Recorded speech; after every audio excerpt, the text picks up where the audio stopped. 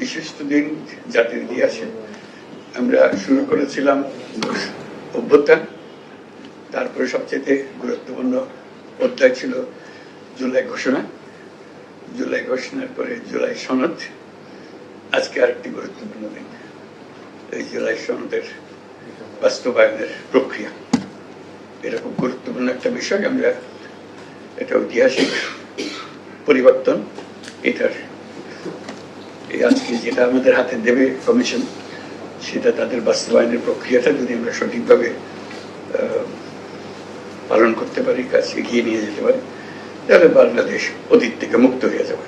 এটি হলো বিষয়। আমরা সেই অতীত থেকে মুক্ত হতে চাই, নতুনভাবে বাংলাদেশ গড়ার কাছে নিযুক্ত হতে চাই। সেটার পথ দেখাবে আমাদের এই সনদের বাস্তবায়ন কিভাবে হবে তার উপরে।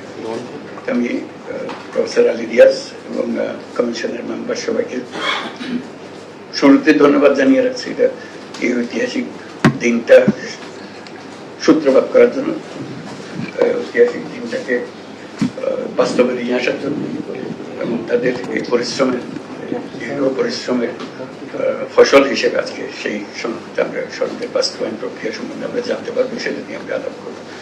আমি প্রফেসর আলী রিয়াজকে অনুরোধ করছি তার কমিশনের পক্ষ থেকে এটা আমাদেরকে সরকারের কাছে উত্থাপন করার জন্য।